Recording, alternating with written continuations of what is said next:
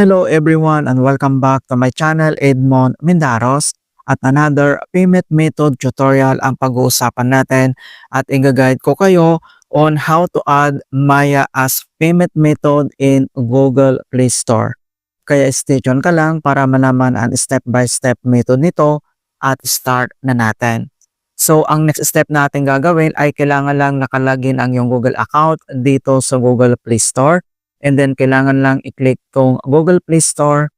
At dito lang sa top right corner, so makikita mo dito yung ating Google Play Store profile icon or Google account. So, click mo lang yan. And then, dito lang sa ating manage your Google account, dito lang sa baba, ay makikita mo na dito yung manage apps and device, notifications and offers, and then yung susunod, ito yung payments and subscriptions. So, ang next step ay kailangan mo lang i-click dito yung payments and subscriptions. And then dito sa payments and subscriptions, so makikita mo kaagad dito yung payment methods. So, i-click mo lang yan.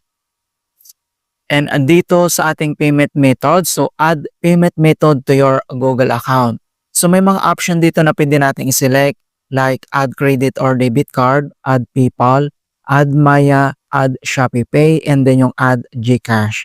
So since yung Maya yung ating a-add dito as sa Google payment method, so i-click mo lang dito yung add Maya.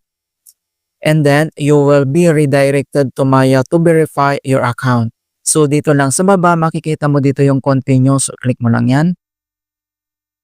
And then madirect tayo dito sa login ng Maya. So kailangan mo lang i-enter dito yung mobile number and then yung password. So login lang tayo. Ayan, so kailangan mo lang i-add dito or enter mo lang dito yung mobile number ng yung Maya. And then next step, it yung kanyang password. And then click mo lang dito yung login. And then one-time PIN. So kailangan lang natin i-enter dito yung PIN na isi-send dito sa ating naka-registered na Maya mobile number. So kailangan natin yun i-enter.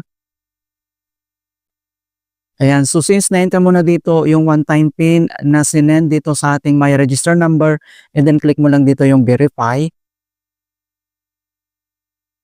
Ayan, so wallet created. So you've successfully created the wallet. Ayan, so back to merchant na tayo mga kaibigan. Okay, so makikita mo na dito na nandito na yung ating Maya. So automatic yan mga kaibigan na add na dito. So, ganun lang po kasimple kung paano mag-add ng Maya or dito sa ating payment method dito lang sa Google Play Store. Ayan mga kaibigan, in hope na nakapagbigay ako ng konting kaalaman at guide tungkol sa Google account at payment method dito sa Google Play Store tutorial. Thank you guys and see you in my next tutorial.